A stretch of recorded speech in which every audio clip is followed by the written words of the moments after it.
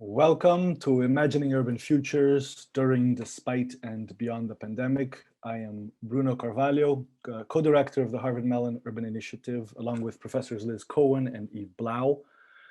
With support from the Mellon Foundation, we aim to build urban studies here at Harvard and to expand understanding about urban life, social and political structures, design, and history across diverse sites and scales.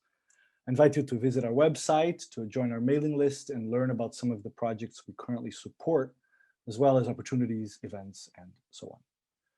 Thank you to our administrative coordinator, Andrea Davis, for all her help organizing this, to our partners on campus and beyond, and to all of you in attendance, as well as to our panelists. So, since the pandemic started, there have been a proliferation of discussions on urban futures. The idea of cities at a crossroads isn't particularly new. So much of the history of urbanization has been shaped by competing visions over what the future ought to be like. Our condition, however, stands out to the extent, for the extent to which futures appear increasingly undesirable, as if the most we could do is delay ecological calamities, which count among their consequences viruses like COVID-19. By now, most of us have heard many times some version of how COVID shed light on social, racial, and economic inequalities. To those attentive to urban realities, inequalities had, of course, already been quite evident. Among other ways, they express themselves in who gets to imagine the future or have a place in it, including the fact that while many of us begin to enjoy urban life yet again, in many cities like India and Brazil, for example, there is no end in sight to the current pandemic.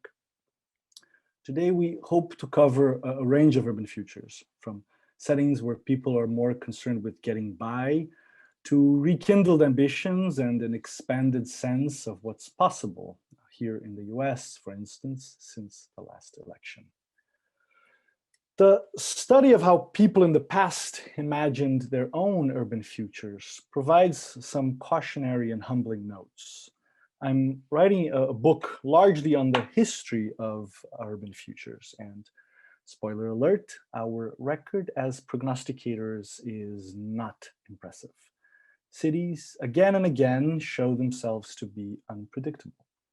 At the same time, it also seems to be the case that expectations shape how we view and experience the world, and therefore planning, design, politics, and everyday life. We therefore do not ask our speakers to act as fortune tellers, but rather to reflect on the possibilities and impossibilities of the present moment. Each will focus on different aspects of what it might mean to imagine urban futures today, with perspectives from different parts of the world. I will now introduce our esteemed panelists very, very briefly so we can get right to it. Beginning with my dear colleague and co-moderator, Diane Davis, who's a professor of regional planning and urbanism at Harvard's Graduate School of Design. After some brief remarks from Diane, we'll hear from Eric Klinenberg, professor of social science and director of the Institute for Public Knowledge at NYU. Then Hiba Bou Akar, professor in urban planning at Columbia's Graduate School of Architecture, Planning and Preservation.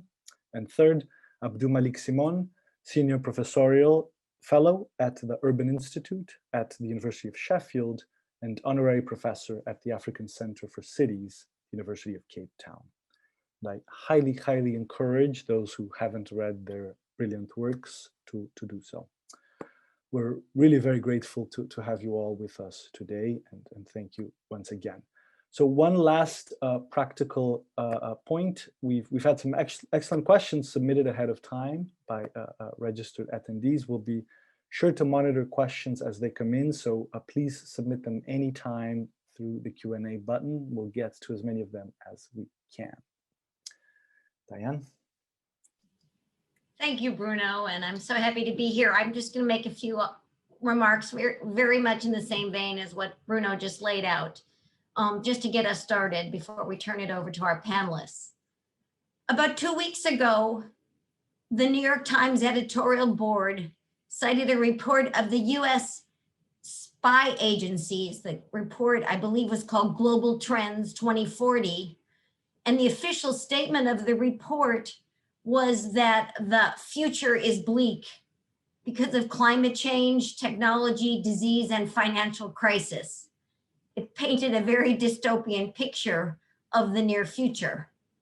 Then yesterday, I received a notice on my email about a new international competition called the Positive Future Contest, advertised by the Paris Institute for Advanced Study in collaboration with the Swedish Institute for Future Studies, as well as the City of Paris. And the objective of the international contest is to incite positive views of the future by asking people to imagine stories of a desirable and a sustainable world of tomorrow. Now, candidates can write, draw, or even produce a short video showing some pleasant aspects of life in cities in the year 2100. And there's a prize of 10,000 euros for the grand winner. And I'm just thinking that we might have some DST students that are going to put some applications in. But what does this tell me? What do these anecdotes tell me? That there are very different ways to think about the future.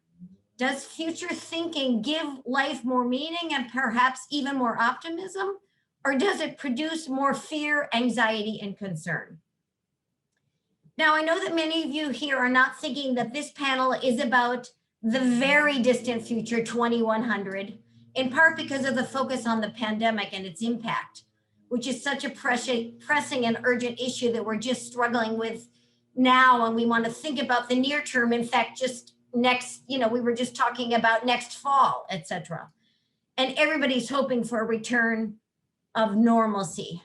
But before we get to that discussion, which I think will dominate most of the presentations, I hope you'll indulge me in putting a more provocative question of the future on the table before I turn the podium to Eric to start with the presentations.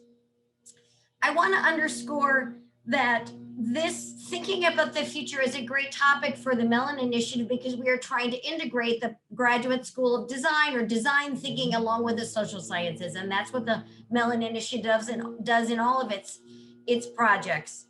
But I want to underscore that we at the GSD are totally focused on thinking about the future. That's exactly what we do. Students and faculty in our programs spend years thinking about how to create buildings, landscapes, and cities that meet our normative aspirations, particularly with respect to sustainability, inequality, and other challenges, including the pandemic, which I expect will be part of our focus today. Yet at the same time, in the design disciplines, the aims have often been informed by utopian dreaming rather than pragmatic thinking. I think our challenge at the GSD is to perhaps find a place in between, in a space that I have elsewhere titled visionary thinking, that draws a clear sense of what is and what is not possible while also seeking an alternative imagined future, one that does not reproduce the same problems and power structures that created the problematic conditions of today that are laying the grounds for the potential nightmare of the future, embodied in what Ulrich Beck has called risk society. So today we're going to hear from 3 different speakers whose work places themselves somewhere on the spectrum of future thinking. I'm hoping that one of the questions we can collectively address is whether thinking about the future is even possible. After all, as AbdouMaliq might remind us, many people live in a world where just getting from day to day is a constant struggle, whether for food, shelter, or employment. For them, thinking about the future might be a luxury. But then again, this might also mean we have to ask questions about how far in the future we should be imagining. Next year, 2030, 2100, as in the competition, and how should we delineate the temporality of thinking about the future, post-pandemic or otherwise? A second question might be, if future thinking is desirable, who should be doing it? Maybe Eric can help us understand whether future thinking is merely the playground of the affluent or a cavalier experimentation of finance-driven technology sectors that make money off future dreaming. Or can social science, informed by empathy and a commitment to equity, lay the foundation for emancipatory future thinking? And what is the role of planning, design, and governance in all this? That might turn us to Hiba, because I also think that we have to ask the question of whose future is being projected in such efforts. And should we expect these futures to be the object of struggle or conflict. Hiba, who's written about the ways that future expectations of war define planning practices of the present, might be well positioned to guide us through an examination of how conflict as a notion factors into future thinking. And it was noteworthy to me, and this is my final comment at least, that the US spy agency report that I referred to that was quoted in the New York Times editorial board was called A More Contested World. So I think these are three questions, along with others that you are putting on the chats and on the channel will continue to pose to us, that we will hope that our panelists will answer either in their initial remarks or later in the Q&A. So without further ado, I'm going to turn it over to Eric Klinenberg. Eric.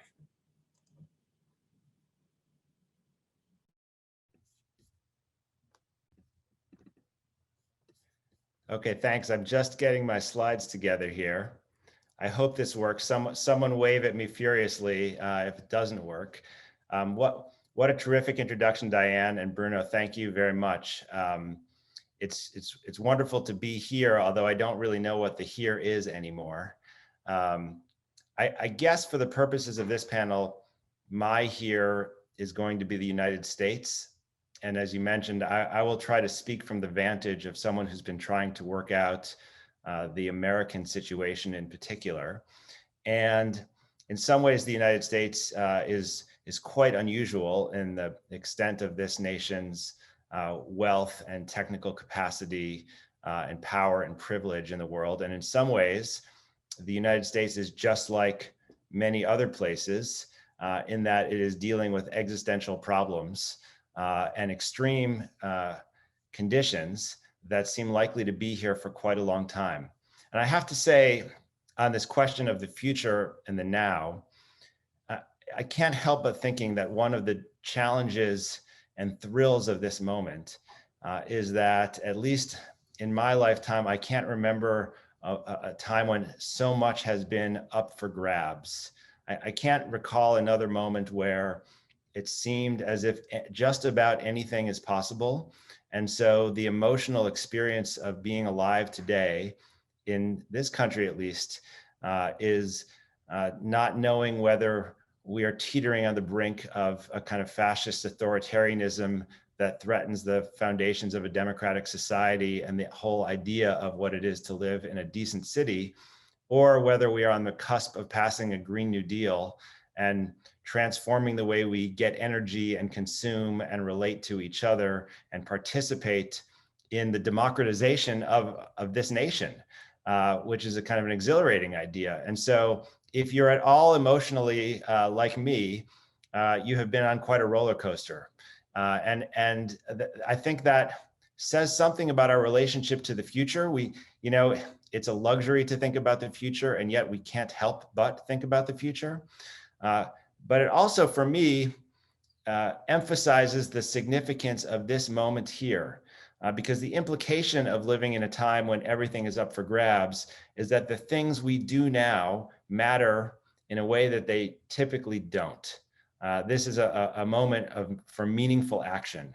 And so there's something profound and significant about what we're doing together. And it's exciting to be part of a university world that I think is trying to engage the public and public debates in new ways. And I take it that this initiative at Harvard with the Mellon Foundation is part of that. I'm happy to be here, here again. So I want to talk a little bit about this idea that came from this last book I wrote called Palaces for the People, which is again a future-oriented concept about palaces that we might build and some that we have. I have spent the better part of the last several years trying to make the case that our debates about infrastructure have been impoverished because we've thought too much about hard infrastructure systems like bridges and roads and tunnels in our policy debates, and not enough about what I call social infrastructure, which refers in the way that I think of it, not to kind of great sectors of social life like the education sector or the health sector. When I talk about social infrastructure, I'm really referring specifically to the physical places that shape our interactions and that matter so much to the way that we constitute and reconstitute cities. So think at the most elementary level of a playground. I haven't been to Cambridge in a while, but I wonder how much life in Cambridge for families is shaped by their proximity to a playground. As a parent, I started to wonder, how many relationships exist in New York City, where I live, because two families met each other while their children were on the same swing set. Over say the last 100 years, and they started an informal conversation that turned into a play date, that turned into a dinner party, that turned into something. I hate the word community for its fuzzy vagueness and analytic imprecision. But let's say it anyway. I mean, it's something that comes organically from these kind of settings. And so, imagine how many relationships have there been in New York City or in Cambridge, or London or Paris or Cairo that started around a playground in the last 100 years. Is it 15? Is it 50? Is it 50,000 or 50 million? There are these kind of building blocks of social life that we tend to take for granted, but that have to be built and designed and maintained and programmed to work well. In my book, I wrote about what, for me is the kind of great democratic infrastructure of our societies, which is the public library, a true kind of palace for the people, a place that dignifies everyone who enters into it when it's run well, that exalts us and takes us out of the mundane everyday world. Many of the kind of classic Carnegie libraries around the world have a few steps going up so that you really feel that sense of being uplifted into a different physical space. There's big windows and high ceilings, and the sense that everyone who's part of a society with a public library has a right to access our shared cultural heritage and to be together in a democratic space. And I write a lot about libraries because I think the idea of a library, and specifically the kind of American idea of a publicly accessible library, is so fantastic and radical that if we didn't already have it right now, and I proposed it to you, if I invented it today and proposed it to you, you would accuse me of being such an outlandish, unrealistic thinker that you would probably cut me off the Zoom call, for pitching fantasies. And yet, we have libraries in every neighborhood of every city, in every small town and suburb across the United States. And I've been thinking about libraries in the context of the profound inequality that also shapes American life and life, frankly, in so many nations on Earth, and global life as well. And I hope we can really talk about how a future city will deal with issues like inequality today. Because I spent a lot of time doing field work in neighborhoods where the library was a kind of place where people could come and sit and gather and get dignified and respected, because other places, even the kind of low cost, parts of the public realm like Dunkin' and McDonald's, where we know people congregate to sit and rest and use the bathrooms, have these signs saying no loitering, which are applicable to everyone who looks like they are not a first-class citizen, which is a class issue and a race issue, and yet is not really recognized by so many. So that if you build a physical space that is accommodating and welcoming and programmed to bring people in, then the scene of daily life, if you're old and down on your luck, can not look like this, but can look more like this. And I think any conversation about a future city needs to think about what kinds of social infrastructure we build, because we have relied for the last several decades on the production of private infrastructures in highly commodified spaces to provide entertainment and forms of gathering. And we have dramatically failed to sustain the production of public spaces that are truly public and truly accessible, that are well designed and well built, that honor the people who use them and work as palaces. And this is a huge failing of affluent societies over the last several decades. And I was thinking and talking about this, ad nauseum up until the first days of March, when suddenly, in the midst of a trip that I took to Calgary, which has just built an extraordinary public library, I was told that we were entering into a new regime of social distancing.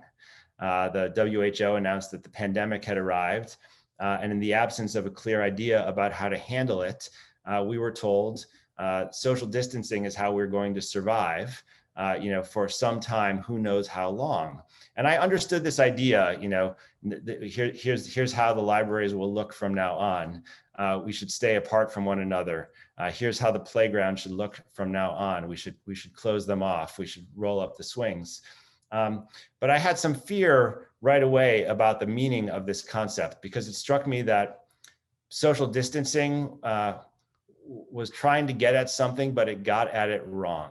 That really what was going to keep us safe in a pandemic with an infectious disease that we didn't understand was physical distancing of a certain sort, but by no means social distancing. That in fact, when you're trying to get through a pandemic and you're concerned about things like inequality and protecting the most vulnerable people, or when you're trying to rebuild in the aftermath of a horrific health crisis, or when you're trying to rebuild in the aftermath of a horrific political crisis, social distancing is absolutely the wrong thing to do. In fact, what you need to get through these situations is social solidarity, right? Physical distancing and social solidarity. It seemed to me like that was the formula: physical distance, social solidarity, until we can get physically close again. And in fact, one can read the failure of so many societies on Earth to deal with the COVID-19 pandemic as a failure to achieve the kind of social solidarity one needs to respect the health and vulnerability and well-being of your neighbors, of the people around you. If you live in a society where you don't have occupational safety protections, if you don't have paid work leave, you incentivize sick people to come to work, which helps to fuel a pandemic in the early days. If you live in a society that doesn't adequately fund an education system, then of course people won't be able to distinguish between a novel and deadly coronavirus and an ordinary flu, right? And so there are ways in which our investments with each other make a difference, even in events like a pandemic, maybe even especially. And so it seemed to me like, for this past year, we have been given messages about staying apart, which only gets it half right. It doesn't understand exactly how we need to be apart and how we need to come together. And it seems to me that so much about the future of all of us, the future of democratic societies, as well as the future of cities, hinges on how we make sense of this experience and what we do moving forward. Because you can better believe that the tech industry, for instance, which has done such a fantastic job accumulating wealth and market share over the past year, is going to do everything possible to keep us on our screens, making our consumption decisions there, having our social lives there, having our seminars there. Before the talk, Bruno said this is his last year on Zoom. It seems to me like it's going to be a fight, whether this is our last year on Zoom or on Amazon or anywhere else. And much of our future hangs in the balance. And to be sure, creative designers and urbanists came up with lots of great solutions to deal with our incredible need for companionship and collective life. I'm a Durkheimian insofar as I believe we have this irrepressible will to do things together, and designers, brilliant designers, find ways to make that possible. But we can't live in these bubbles and sustain our vision of a future in an ecology that works or in an economy that works. We need to find some way to break out of them. And so as I wrap up and think about the future of cities and what I've learned from the last year and from my work on social infrastructure, I want to call attention to some design and architectural and social innovations that I think have been extraordinarily successful and that could be models for the kind of cities that I could imagine us rebuilding in the affluent world and in the developing world perhaps as well. This is a shot of Jackson Heights in Queens, which is one of the true global epicenters of the COVID-19 pandemic, horrific rates of mortality, especially in the first wave. And at some point, Jackson Heights needed to open up. And residents of the neighborhood got together and pushed the city to give them an open street, an enormous avenue that runs through the neighborhood with kind of a boulevard structure that has been open for the last several months as a social space and a play space, a true public area for gathering and for informal commerce that has been essential for revitalization. I want us to think about what happened last summer in this extraordinary wave of protests, of calls for racial equity, of insistence that Black Lives Matter all the time and in a pandemic and in everyday life with the relation to the state. To think about how important it was to have a public realm, to have open streets, to have public plazas after months of being quarantined and locked down and told to stay away from each other because we are risks to each other. And think about the significance of these occasions in which we allow for some democratic expression, and think about how much that has changed where we are right now and which direction we're going in. And then please let's think together about all the places where these kinds of gathering are impossible or prohibited, or all the reasons to think that even here in the United States, they are discouraged and suppressed where possible. Think about the violence that was enacted by the state to push them down. Those things matter. So we come barreling out of the pandemic when we do, if we do, into a post-pandemic situation where we're dealing squarely with a climate-changed world and a climate-changed city. And as we start to embrace those issues, the problems of gathering places, of social equity, of racial justice, and of democracy become more urgent than ever, because we'll have to prioritize. And here, kind of where we build and what we can see will make an enormous difference. Months before the pandemic, I went to Helsinki, which has just built this Uda library, which looks like a fantastic dream when you see a picture of it, but which is in fact a real place in the center of the city, right by the train station. That's the kind of gathering places that you see in societies on Earth that have decided they must make some kind of statement and physical expression to support a more open and democratic world where there is some possibility for belonging and social integration. I think about what happened on the Upper West Side of my city, New York City and Manhattan, which prides itself on its tolerance and liberalism and progressivism, and which went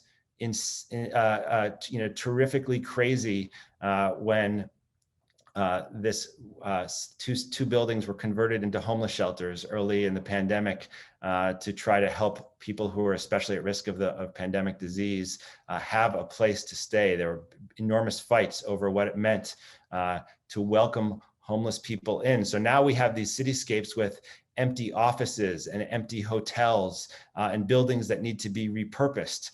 And we have a housing crisis. And there's a looming question about how we will repurpose the physical places we've already built.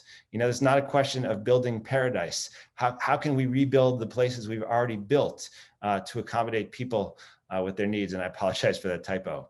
And then there's the issue of, how do we handle rising seas and coastal cities and riverfront cities? Boston is squarely in the midst of this challenge.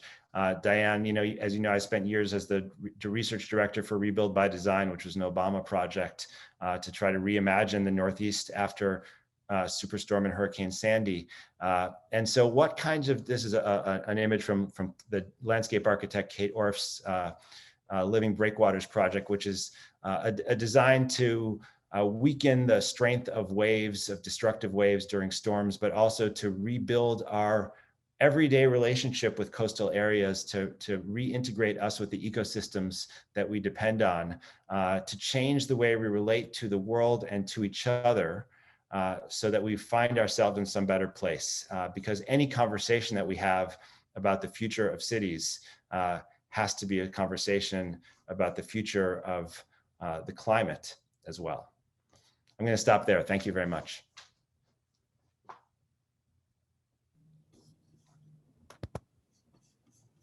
That was excellent, Eric. Thank you. Hiba? Yes. Hello, everyone. First, thank you to Bruno and Diane for the invitation, and for Andrea, Blake, and for everyone who made this possible.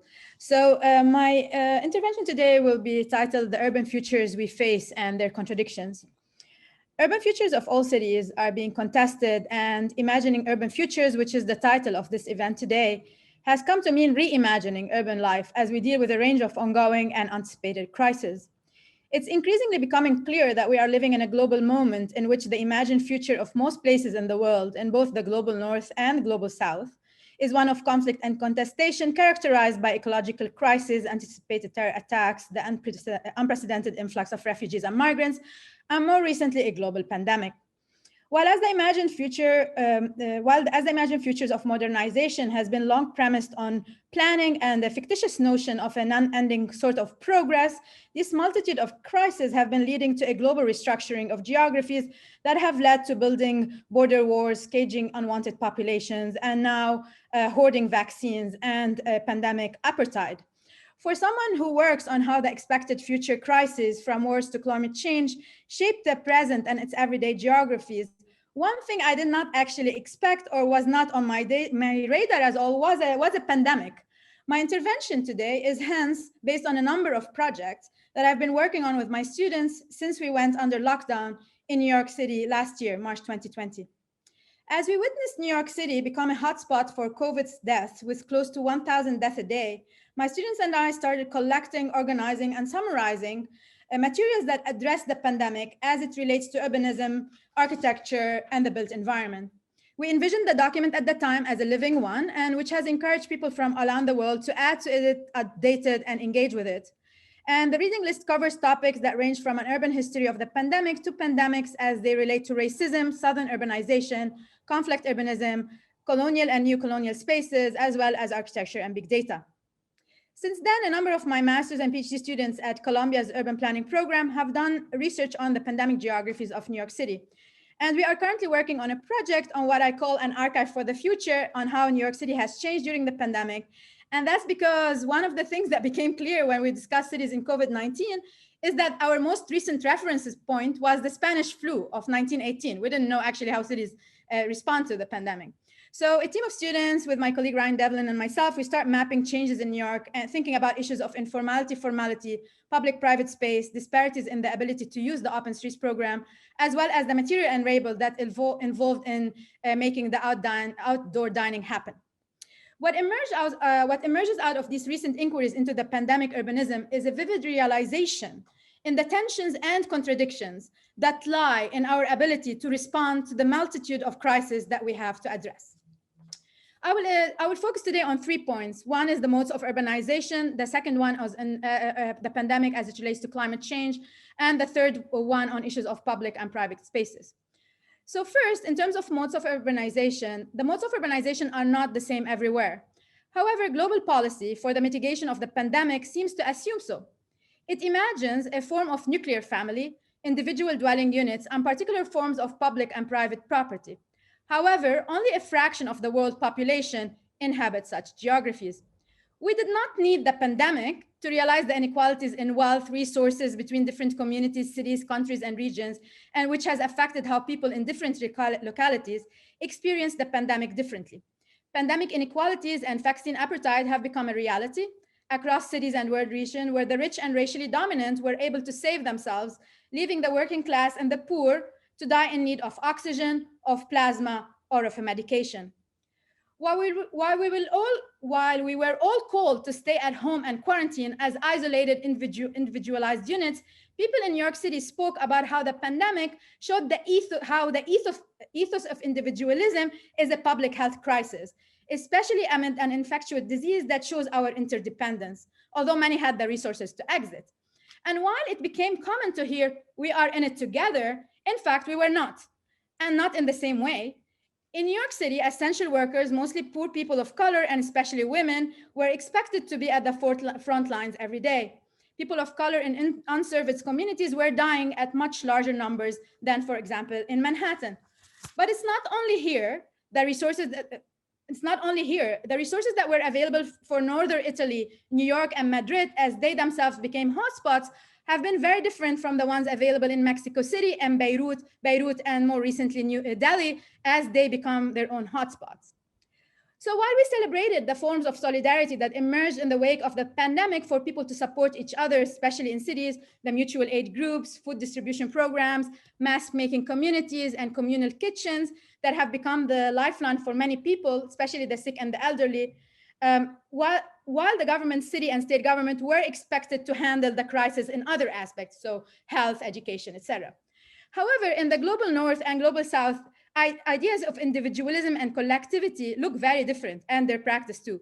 While we have here the privilege to be in our own homes and then extending our support outwards, if we want, for some sorts of collective effort, for most people in the world, their life world is built on a collective form of existence that is foundational for their ability to sustain life, which I believe Malik will probably speak about more.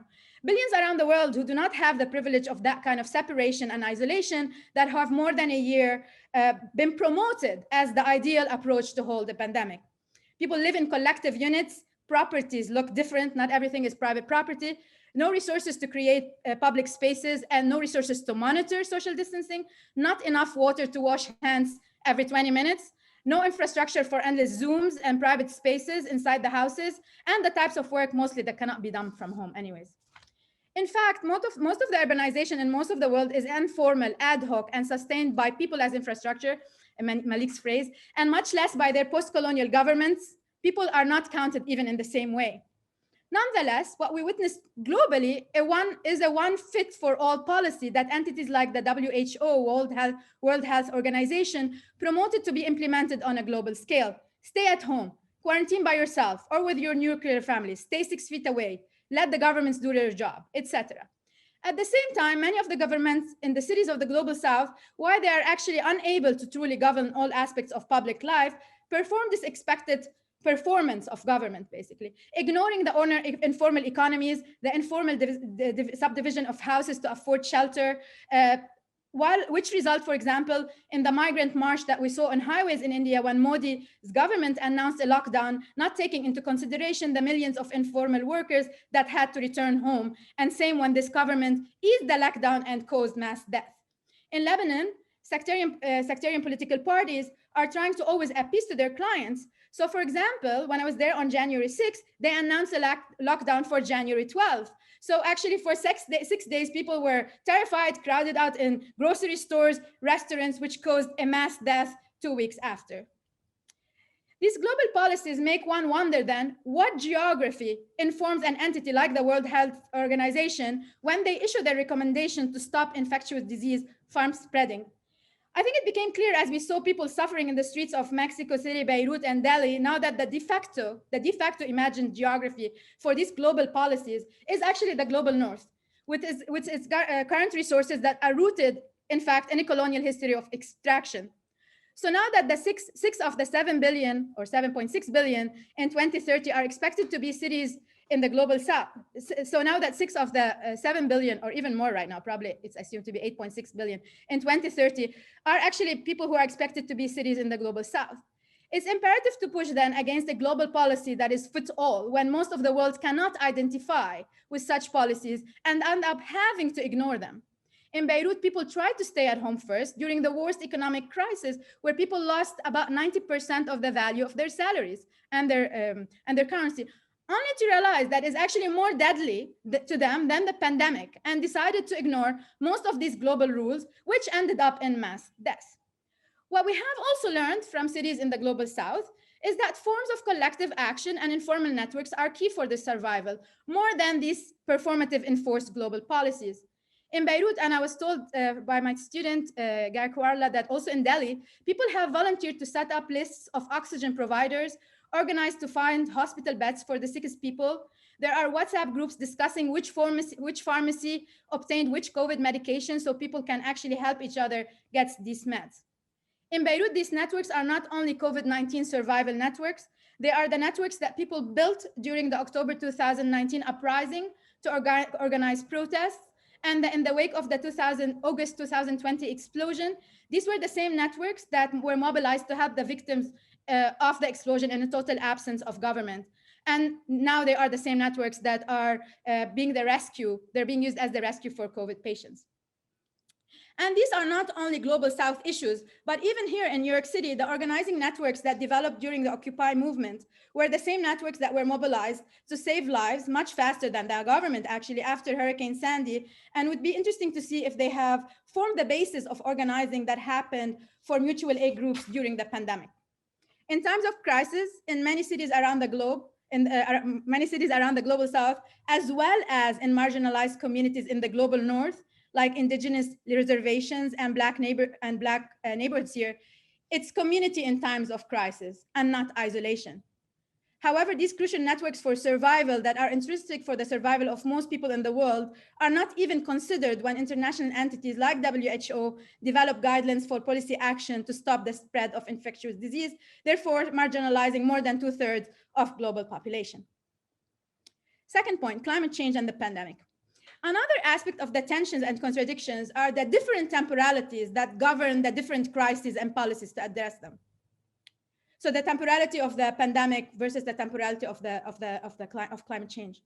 In the field of urban planning, the one I come from, the field has been for decades promoting certain urban practices and policies to mitigate climate change, including limiting sprawl, increasing urban density, promoting public transportation, etc. Within 1 month of the pandemic in New York City, it became clear that escaping from the pandemic seemed to run in the opposite direction of many of the climate mitigation policies. Overnight, people who have the means deserted the city in search for safety in the suburbs, close and far, extending from upstate New York to Connecticut and Massachusetts, pushing the market for single-family homes drastically up, which even hastened the emergence of what some called Zoomburbia, as suburbia for Zoom. Meanwhile, many were decrying or celebrating, depending on which political side one stands on, the end of cities, seeking safety behind a picketed fence, and undid decades of progressive urban planning policies that pushed to retrofit suburbia towards inclusionary zoning in the hope to actually kind of make a dent in declining the single-family homes with a climate crisis at hand. However, Hong Kong and Singapore, two of the mostly dense places in the world, showed the world that density by itself does not explain higher infection. It is the disinvestment in the welfare of the population, especially the poorer and racialized others, long histories of racism, including slavery, Jim Crow, redlining, food and public health deserts, and the lack of safety net for the poor explain why people die in urban setting much more than density does. A similar thing happened with public transportation. So while most young people would not come forward, for example, in New York about owning a car in the city before, suddenly during the pandemic, cars became salvation for those who want to be on the move and privileged enough not to need public transport. So the question is to me right now, and I keep thinking about that, how to converge these, how do we converge addressing these two crises, whether you're talking about urban policy, sociology, urban planning, etc. But even when they actually converge on the ground, for example, bike lanes in New York City. So we saw here exponential increase in bike ridership because people did not want to use the subway, those who stayed here. So the bike ridership went up significantly. So what we see is, as one of my students, Danielle Roberts, show in her work, that two has clashed, shows in her work how that has clashed and continues to clash with open restaurants policy. Given that cars are still given most of our public space, and here I'm thinking of highways and streets as public space because they're funded by the public. So they are given the most of our streets and most of our public space. Bikers, walkers, and now restaurants are fighting over the crumbs of what remains of that public space. That is made worse on some streets where the bike lane, I know if people know, like they're designed inside the parking spots. So that's made worse on some streets where the bike lane is designed to the inside of parking spaces. So now what happens, often bikers are surprised by restaurants' wait staff that is going between the restaurant and the shed and conflicted with the bike lane, or people who are waiting to be seated in the outdoor sheds, which has actually caused numerous conflicts, accidents, and some entitled restaurants actually put speed bumps, which is very dangerous for bikers on the biking lane. The third and final point that I will talk about right now here is the public and private issues of public and private spaces.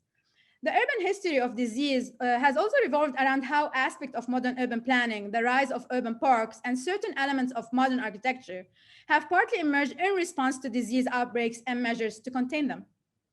At the same time, when cholera's root cause was not properly identified as contaminated water and was blamed instead on gases, prominent architects and urban designers like Le Corbusier and Olmsted argued that the solution to the spread of contagious disease is through the provision of urban parks, an idea that was popularized in European cities and then exported to US cities like New York. Certain buildings regulations also centered on those ideas of transmission through air and shaped how buildings relate to each other and to the streets. So when we talk about building low, like ventilation, light, distance between buildings, etc. So many of the features like roofs, balconies, etc., terraces actually emerged as a reaction to the treatment of tuberculosis by created spacing allowing exposure to sunlight and air. And Central Park actually was one of the outcomes of the cholera outbreak in New York City. However, during the COVID-19 pandemic, people lost trust in public space as the public came to be seen as a threat. Any person could be a vector of death. Suddenly air, which is a collective amenity, which has been always seen as invisible, became visibilized through masks and shields. We did not want to share the same air anymore, a fundamental element of public existence anyways, and public space. So one of the challenges of public space is going to be in rebuilding trust. And I think this speaks also to what Eric is talking about, rebuilding trust in collective spaces and shared air. In some ways, I think the 6 feet is here to stay. And I think planners and architects are going to have a hard time to get rid of the 6 feet. So I think it's going to end up shaping how we think, at least scenarios of accommodating a 6 feet, if not a complete surrender to the 6 feet rule. But they're going to be there in planning of public spaces and designing of new shared spaces and buildings. At the same time, public open spaces have been the savior. However, what we saw in the pandemic here in New York City, that a large number of park rangers and police were actually needed to enforce the social distancing rules. In other cities as well, an extensive authorized passes, which requires a lot of resources to build these IT systems, were put in place to manage number of people outside.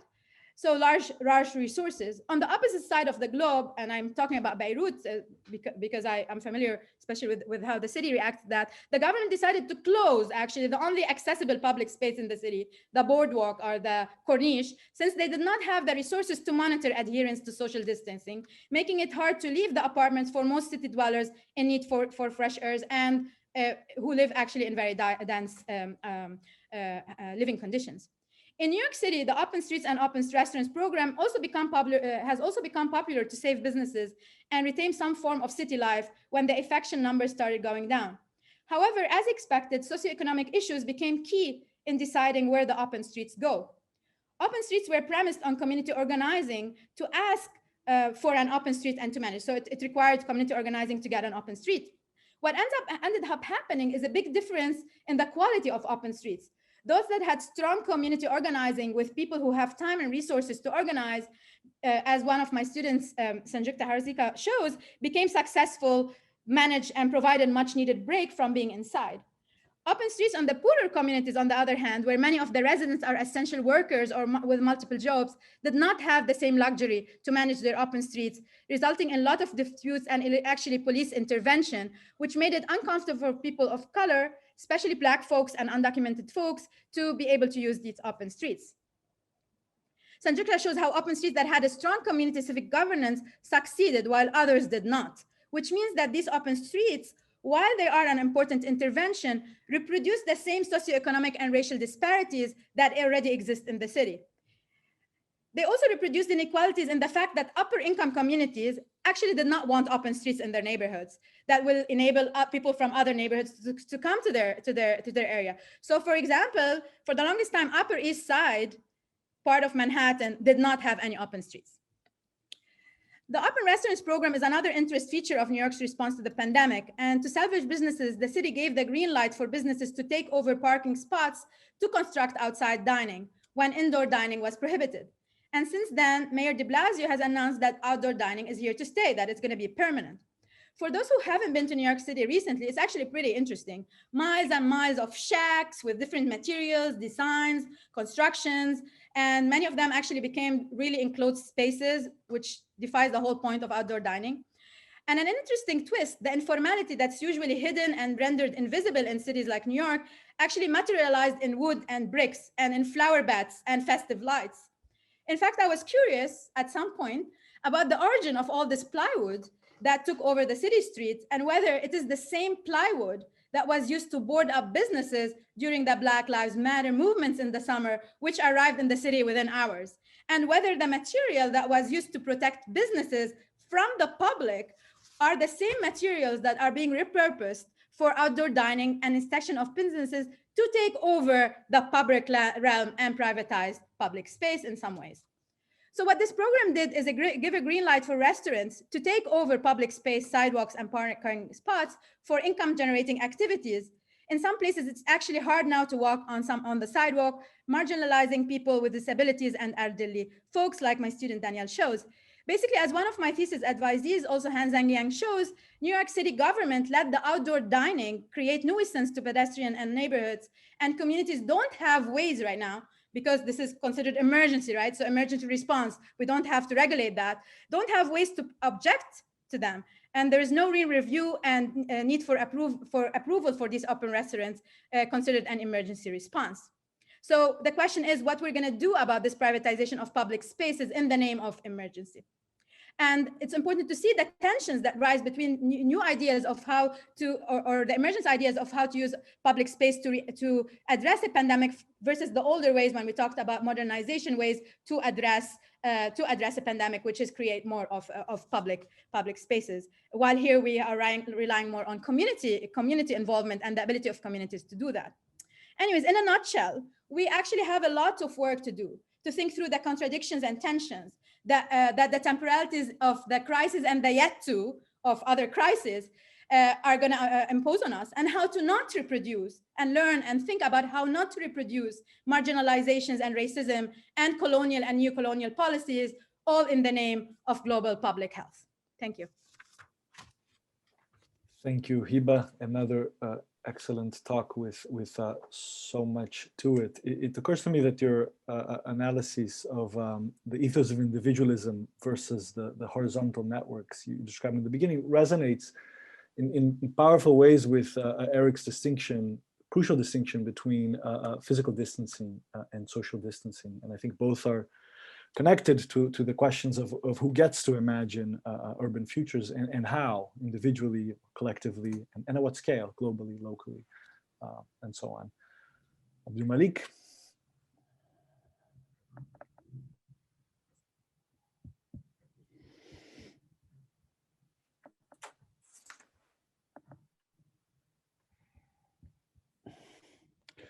Okay, thank you, Bruno, Diane, Andrea, and Blake for putting this together. For the past year, the Urban Institute has been holding a monthly convocation of friends, mostly who are urban researchers in Southern contexts. And this afternoon, I'm just going to share some brief reflections that have come out of our collective discussions over the past year. So particularly striking about many of the urban regions where participants worked was a tacit dependency on the capacity of these regions to absorb death in increasing volumes. So while not obviating the even begrudging determination of states to do something effectively about the pandemic and its multiple ramifications, the increasingly erratic, arbitrary, and gestural interventions pointed not to the conundrum of balancing the protection of life and the maintenance of an economy, but an implicit banking upon the absorptive capacities of the sheer massiveness of urban regions and their diverse compositions to basically absorb death. The exigency to deliver the fundamental provisions of any kind of urban existence was a constant preoccupation of participants, many of whom actively participated in both state and non-state directed programs to ensure adequate supplies of food, shelter, and health services during periods of protracted lockdowns that fundamentally destabilize the livelihoods of an urban majority dependent upon popular economies outside or only partially incorporated by wage labor. Now, this exigency to deliver was compounded not only by the economic ramifications of conventional epidemiological protocols, but a ramifying sense of crisis illustrated by the total closure in many countries of critical social infrastructures, and a persistent disattention to how households are often really organized, which is a point that Hiba has already made. The management of a large number of the sub-territories of urban regions have historically relied upon implicit social compacts that allowed a broad interweaving of economic activities of distinct legal statuses, a repurposing of spaces with officially designated functions, and an intercalibration of different forms of local authority with various degrees of incorporation into formal governance. Now, pandemic measures largely not only circumvented these compacts, but also inflicted potentially long-term damage on their functioning. So the mobilization of pandemic conditions acts as legitimization for more formalized apparatuses of administration and surveillance. The need to ensure the prolongation of life was being increasingly deployed as a need for more extensive application of tools for surveying urban populations as a precursor for the greater inclusion. And while many states ended up offering more comprehensive forms of recognition in terms of social protection and access to basic services, they really offer no real economic underpinning for that inclusion, particularly for a younger generation of urban inhabitants that faces even greater levels of underemployment and economic precarity. On the other hand, participants were continuously heartened by the profusion of solidarities taking place, particularly in working poor and working class communities. An implicit and intricate choreography at work in making collective lives, which is inherent in the everyday functioning of these communities, but often not readily and empirically visible, showed its face in a multitude of concrete generosities and infrastructures of care. Districts whose densities of population and activities would seem to render them most vulnerable to high rates of transmission often managed to avoid them, in part because of the attunements of residents to the everyday activities and rhythms of others. Here, the limited allocations of individualized spaces that requires intricate maneuvers of sharing that accord a sense of mutual spaciousness, capable of accommodating disparate agendas, impromptu micro-interactions, took on a deep affective sense. Musicians playing on the street while neighbors give them money through a system of ropes and baskets from the windows, offering mask or gel to someone who couldn't enter the subway because she didn't have the required gear, a young woman distributing flyers under apartment doors with her phone number on it for elderly people to call and chat if they feel isolated. Nevertheless, amongst many of participants, a sense of exhaustion prevails, as residents too stumble their way through glaring disparities, nebulous formations, and ambiguous expectations. As Gautam Ban pointed out, inhabitants are not so much broken-hearted, but indeed broken in the way in which enduring inequalities are accommodated and internalized. Even as populations were forced to hunker down in more constricted registers of operation, many urban regions were pursuing the materialization of logistical imaginations to convert larger swathes of urban space into zones of infrastructural investment oriented to enhancing the circulation of capital and the articulation of regions to multiple elsewheres.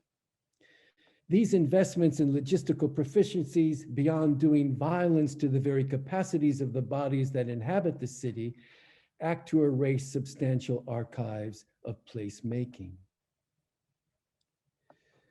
Now, participants also amplified the critical role played by arrangements, those constellations of collective enactment that can't quite be subsumed under the categories of household, institution, network, or the processes of contractual obligation, government responsibility, or family reciprocity.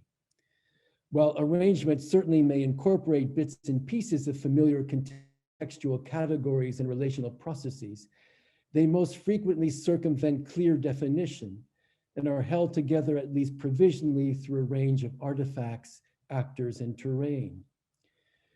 This sense of arrangements is seen as particularly important as the engagements with states will be crucial in terms of the imminent restructuring necessary to maintain a semblance of economic viability for majority populations, at the same time as states are insufficient in and of themselves as either provider, guarantor, or designer of mitigated inequities. And this is particularly the case as youth are less and less interested in things like rights or citizenship, rather where building, occupying, settling, and labor are of diminishing value as work defined in notions of projects, movement, circulation, leakage, distributed agencies increasingly take precedence. So what's important, particularly in the lives of increasing number of youth, are notions of maneuverability and concrete material attainment, not the promises of provisioning, not indebtedness or obligations, rather a refusal to be governed, a refusal to behave within contexts where the state is merely one of many games in town. And because it recognizes itself increasingly as one of many games in town, there's an increasingly masculine fueled muscularity of state demonstrations of its authority. Now, arrangements sometimes become visible only as they shift over time, when their stagecraft becomes apparent, the taking to the stage of specific constellations of assessment, brokerage, mutual attentiveness, provisional rules, and collaborative practice. For example, when the implicit governance systems of migrant hostels no longer have a basis in the subsidies and salaries paid out by formal employers and have to shift to new arrangements of resources, social connections, livelihoods, and social identities. And it's important to keep in mind that rearrangements are infused with particular affects and aspirations, and how these affects shape particular stories about what and how things are being rearranged, and how sense operates across volatile thresholds, as arrangements themselves seem to want particular things, but assume modalities of conveyance that are often not discursive, that exceed conventional sense, because what is being rearranged is also the very terms of recognition and of decidability. So the future, always imminent in the present, a continuous process of remattering. So whatever new implicit social compacts emerge, whatever arrangements, social, political, territorial, emerge from the recalibration of urban majorities to forms of rule, calculation, and administration, will take place somewhere. And where they will take place primarily is in the interstices between that majority's long-honed conviction that compliance with standardized norms will not bring a better life, that the vast legacies of endurance count for something in all decisions to move forward, and also their adaptations to post-neoliberal logics and the semblance of a new public infrastructure provisioning that will be occasioned by severe conditions. In other words, how the majority will operate in the middle, how it will operate in the middle of their long-home convictions that whatever the state has on offer is not going to bring them anything, but with a need to, in some sense, engage with what the state brings, with this new framework of norms and efficacy, and basically how one operates in the middle of those kinds of conundrums, in the middle of those apparent polarities. And this is important increasingly because in this dispersal of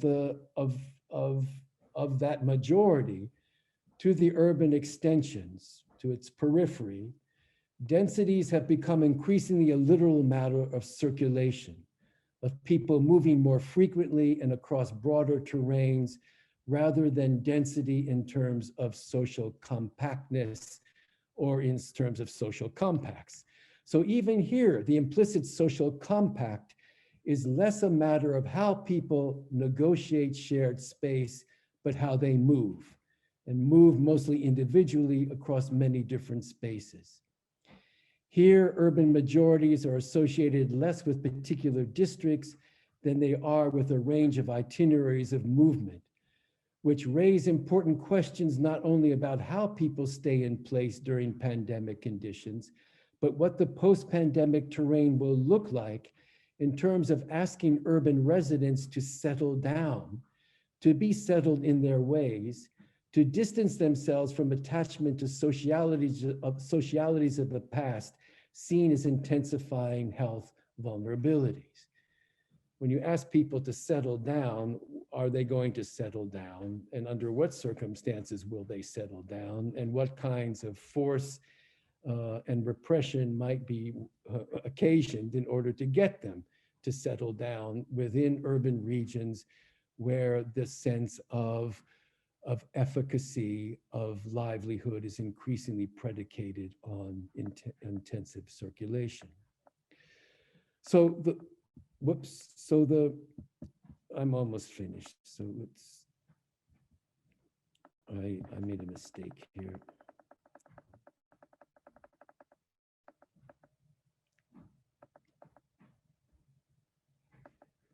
So the role, particularly the role of new and pirate media ecologies that bridge the gap between sheltering in place and maintaining a range of motion in the face of enormous restrictions on movement and censorship of expression, is especially important to highlight as the majority is being reconstituted in the extensions and peripheral positions, in incomplete processes of becoming.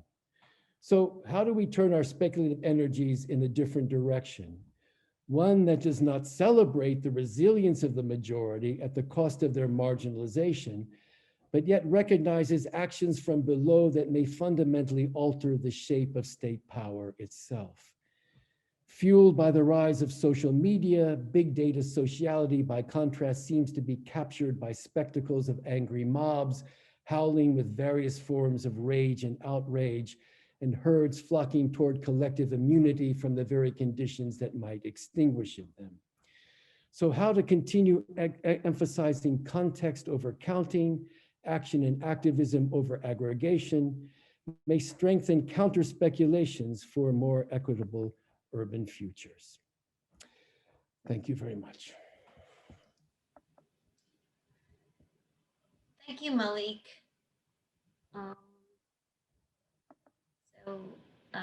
Yes, that was another amazing presentation. I'm just so blown over by the power of all three of our presenters and that very deep thought that went into making these presentations. I guess we have a little time for some Q&A. We already have a couple questions that are coming through the Q&A, and I asked the audience to put them in if they want us to follow through. We also looked at several in advance of the event. I guess the first thing I wanted to do, I want to give you all an opportunity to maybe ask a question or make a comment on each other. But as you're thinking about that, let me just throw out something that I think maybe that you can be thinking about that kind of summarizes, I think, the different ways in which the three of you are looking at the problems posed by the pandemic and thinking about where we're heading as urbanists or where cities are heading. I would say both in many of the questions that we got in advance and that what came through in some of your responses is an intention to the form and nature of cities in the future. So thinking about them both in terms of infrastructure, technology, mobility, even scale. Some of you have all talked about that. There are some ideas out there. Hiba mentioned very much, well, I've seen also in Eric's presentation of the bubbles. There are things that are happening already. So some people are jumping ahead with infrastructural innovations. There's a big debate. The private sector is very worried about property values, et cetera. But I guess I want to hear from all of you, and feel free to also ask other questions of each other.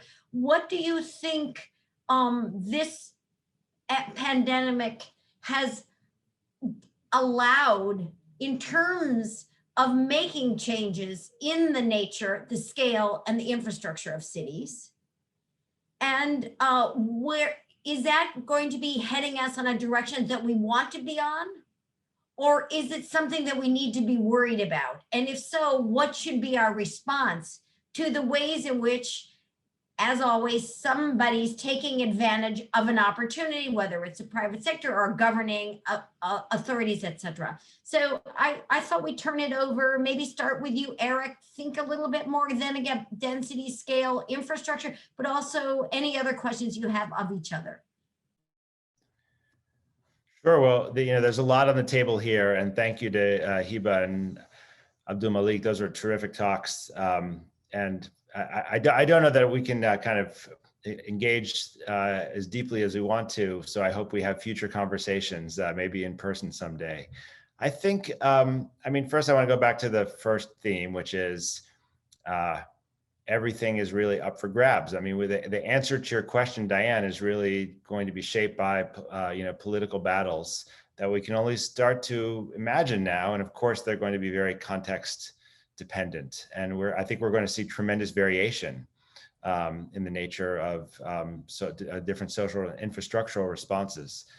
A couple of things I want to call attention to, relate to this kind of intersection of COVID and climate as we start to think about, the emerging challenges that we'll face moving forward.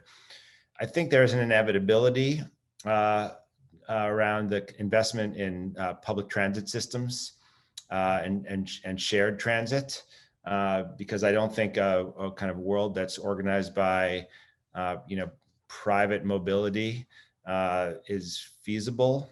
And I think we see investments moving in that direction kind of around the world. At the same time, I think Hiba's really pointed out the kind of anxieties about proximity that are going to make it difficult for people to use those systems in some places and make states reluctant to invest in them. So I think there'll be a real conflict here around how much future investment there is in public transit systems. And I'm obviously watching it very closely and trying to participate as well. And I think also this question about the kind of reorganization, I mean, this is kind of potentially in conflict with AbdouMaliq's kind of a argument about the kind of social life and mobility. But I wonder whether there'll be some contraction of social life and whether we will reorganize at more local levels. And we'll see in the kind of affluent world a restriction of physical space, restriction of mobility, such that the kind of reigning paradigm of openness and kind of globalism for elites will be challenged. Here again, I think the kind of consumption that we have gotten habituated to in advanced capitalism is probably unsustainable. And the idea of shifting our form of consumption and also our form of mobility is probably painful to a lot of people on Earth. But absent some, kind of extraordinary technological innovations around, new energy, I don't see how we escape it. And so that's one of the things that I'm looking at. But of course, like that plays out very differently in a place like, the United States than it does, in Syria. So I think, I think there's going to be tremendous diversity around this. Great, thank you, Eric. Hiba?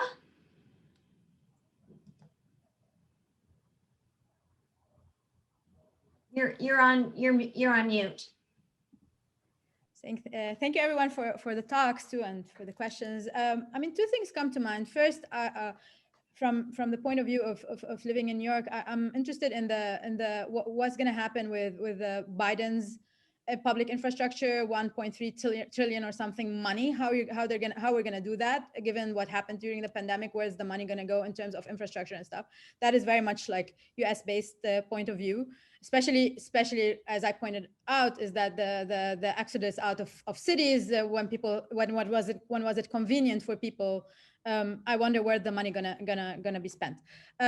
This is just a small point. The bigger point I have is I feel like it's time for us to think about these institutions that we have inherited from the post-colonial times and how they end up doing policies that very often do more harm than good. I'm not blaming death on WHO, but again and again we see this. Like for example, when Sustainability Development Goals said that we're going to have slum-free cities by 2030, many countries around the world used that as a way to clear large swaths of informal settlements, and many people died trying to defend their houses, and they ended up being separated from their jobs.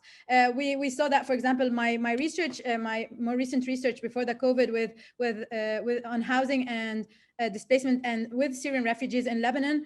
I was shocked because house after house I went to, I was invited to sit on the floor with nothing, which is, I've worked for a long time in informal settlements and poor areas, and it's not the case. And so at some point I asked them, I was like, so what's going on? Like, it's nothing. It's like bare room with thing on the floor, like a pillow. And I realized that actually the UNHCR, in order to deal with urban refugees, which is something they haven't dealt with before because they used to work with in camps, what they start doing is they're creating these forms that are global, in which like a kind of Excel sheet where you like X, Y, like, okay, this is in the house, this is not in the house. And then they sent an army of people to these refugees, like just any day, like you can't expect when they're gonna come. And for example, what ended up happening on this sheet, so for example, if you have a couch, if you have a cupboard, if you have a fan, even if you have this like black and white small TV in your room, it immediately disqualifies you from the $50 you were getting in your card. And so what people ended up doing is organizing the rooms around the forms, so that you walk into the room and then you like nothing from what that disqualifies you from the form. And again, we're seeing it with WHO and saying like stay 6 feet and don't go to work and sit your house, without taking into consideration how 70-80% of the world lives. And then people have to ignore it, and then they end up in mass death situations, looking for oxygen on the doors of hospitals that are also underutilized. So I feel like there needs to be rethinking about things that are called global when it's actually informed by certain ways of life that is mostly rooted in how the experts think about life, rooted in our lives and more lavish cities in the global north. Great, thank you, Hiba. Malik?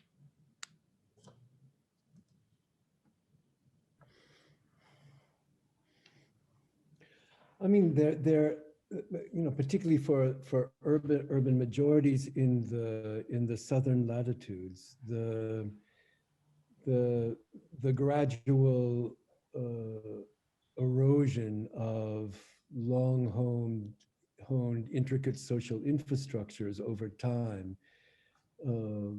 social infrastructures that don't always line up with the kinds of formats that, say, what Hiba was talking about, sort of the international institutions expect and require of social infrastructures to look like. That disentanglement in some ways has had implications in terms of where people are residing, where they're being displaced to, the kinds of uncertainties that they face, and the kinds of dispositions to which they're inclined to as a part of that disentanglement.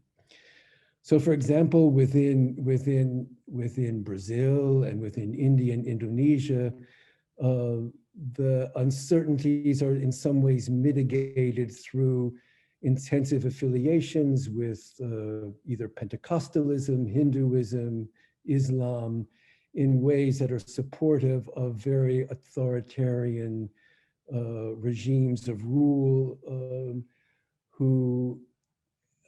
and we all know that the implications of that in terms of their ability to do anything. And then on the other hand, that kind of disentanglement from many youth instantiates a situation where they have no choice but to move and to circulate. For larger numbers of youth, the state is an abiding source of banality. They just don't take it seriously. It's an endless domain of derision and will not be taken seriously. So this leaves open, the space for a sort of intensive social conflict, how that's worked out.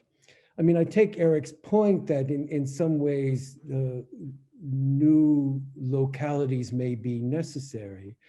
My worry is that where the majority more and more find themselves within sort of large southern urban regions are within contexts where the possibility of sort of anchoring these localities is really in some sense difficult. These are places that are increasingly designed and as platforms for circulation and provisionality. People are hedging their bets. These are not destinations. They're rather affordable platforms through which to, in some sense, hedge their bets on what a future might look like, which they have no idea what it is yet. I just very, very briefly want to say, I think one thing we probably all agree on, a clear lesson from both the COVID pandemic and the climate crisis, is that there's not a universal experience of this thing. To go back to Hiba's point, we're not really all in it together. It's more of a kind of one storm, different boats situation. And that's clearly the case when we talk about, the kind of affluent cities and the cities of the global South. In some ways, we're the conversation about the future is so different because the present is so profoundly different, as are the past. Let me just make a quick comment on that, and then I'm going to turn it over to Bruno. I just wanted to say that what I'm hearing in this last exchange, kind of a correction of my initial question to you about like what is the form and nature of the city. What really I think the focus is on, these all are shining light on the nature of the governance arrangements or the relation, the social compact, as AbdouMaliq mentioned. I would say the social contract, the kind of commitment to individual versus collective futures and solidarities, and the institutions that will be enabled by the pandemic. So maybe the focus shouldn't be only on the physicality or even the territorial, but the institutionals that are transforming. And as you said, Eric, they will be different in every different place, and depending on whether we're going to struggle over them or mobilize around those new institutions. But Bruno, please, you take it over. The scales of these institutions and their relationships to everyday urbanisms, right? I think Eric's comments would have actually been a fitting place for us to end this, but we do have you for another 6 minutes. So I'm going to heroically attempt to organize in a set of keywords and clusters the various questions that have come through to us before the event and during the event. I think several have been addressed by you all. So I will sort of list them and then we'll turn it over to you for your final comments, and please, take them as you wish and see fit. So the first keyword is density. What the pandemic will do to the density agenda and its relationship to greening and so on. I think one clear takeaway is that we need to think of density in much more complex ways than we tend to. I think one consensus among the futurologist punditocracy at the beginning of the pandemic was that cities were doomed, and there was a lot of sort of city blaming. And in retrospect, a lot of places that people imagined would have fared worse turned out to have been, not surprisingly to many urbanists, places of what Maliq called social compactness, infrastructures of care, mutual spaciousness, everyday solidarities, and generosity, and so on. Of course, along with the exhaustions and the reproduction of inequities. But I think there's a lesson here about the differences of what density means in practice, right? There's also lessons about the sport of pundit-led futurology and its, again, not particularly impressive record. Second one I will actually read. It's a question about the rise of smart city technologies and the use of big data, AI, and surveillance in urban, spatial, and population management, and what you each think is the best way to counter this movement in order to allow spaces for grieving, hiding, wondering with an O, I will add wondering with an A, and other non-productive feelings that are essential to human lives. I will connect this question about technology to a theme that came up in several questions, a workplace, the future of workplace, work from home, and so on. I think another one of the takeaways is to put in perspective how a specific and relatively small scale that conversation is once we expand to urban experiences throughout the globe. But nonetheless, it's of course a very important topic. And we can expand that to just online life generally and its relationship to urban futures. And perhaps another takeaway from this experience is that we don't have to live out and negotiate differences and meaningful diversity as much in online life as in dense physical spaces, right? And something gets lost in that way too. The other cluster of keywords questions had to do with mobility and transit. Several of you have approached that, but if you have any further thoughts, I know our audience would appreciate you sharing them. And I think that more or less covers it. At least I hope so.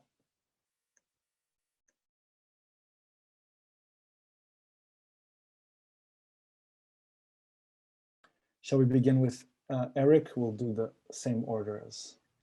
I feel like this is like the segment of the Ali G show where we have to now free associate all those different concepts and come up with something. And I'm a bit at a loss. I mean, I guess where I'll end is on this note about the physicality of cities, since you got us into the world of AI and the digital realm. And I think the way I want to do it is to, think about this moment and the way in which this gathering that we're doing here is facilitated by a kind of digital technology that allows us to have this communication. So AbdouMaliq can be here from England and Hiba and I can be here from New York, and who knows, where you're all, logging in from. And there's something that's exciting about these conversations, which I appreciate in that, but there's also kind of the loss of the kind of thinning of the phenomenological experience of being together that allows us to carry the conversation to the next logical place, which is like the walk down the sidewalk or the, lunch together, and the kinds of interactions that get us from one thing to another. And so I guess I want to go back to the playground and the library and the sidewalk as these kind of physical sites that need to be part of our urban future. And I think that is the case, regardless of whether we're in the global north or the global south. It matters for health, it matters for climate, it matters for equity and opportunity. I think the lesson for me from the recent past is that we can't take that physical part of our world for granted. And I can't note I wrote this piece this past week about how odd it is to have an infrastructure plan in the United States that's a once in a generation or once in a lifetime plan that in fact does not attend to social infrastructure, that really is about all sorts of wonderful things in kind of health and energy and transit, but it is not about building places. And that's really what made the New Deal in the United States so successful as a work of public policy, that it remade the fabric of our lives by rebuilding the places where we live and spend time.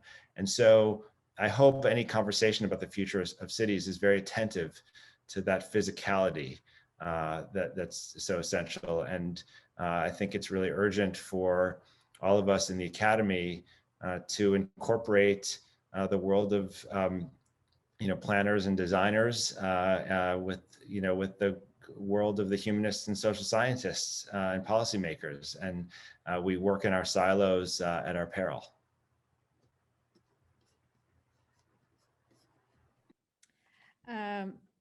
I mean, I'm always fascinated by these questions about smart cities, and given that I teach in an urban planning program, this fascination that is always comes up.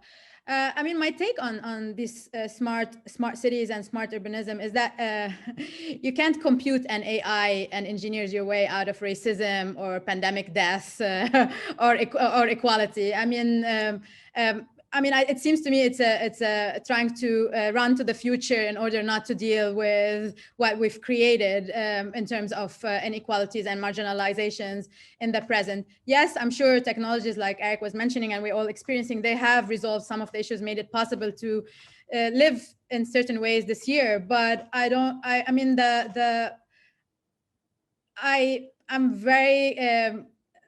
very nervous about the fact that people would want to just rush to smart cities without thinking about how big data itself is going to reproduce the redlining and the racism that anyways it's already showing in like how banks are giving loans based on data in the United States. Another thing is that Guy Carvalho, one of my PhD students, is working on this, is showing that how the pandemic is forcing people to give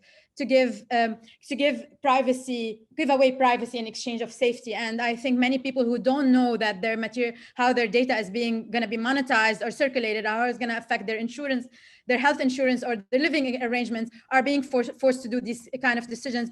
And no one knows. We can have an idea about the dystopia of it all, but no one knows how it's going to be used. And I feel like the pandemic also pushed in the name of emergency that many people, especially the most vulnerable, to give away their privacy towards that. So smart is interesting, but I don't think it's the solution to everything we have.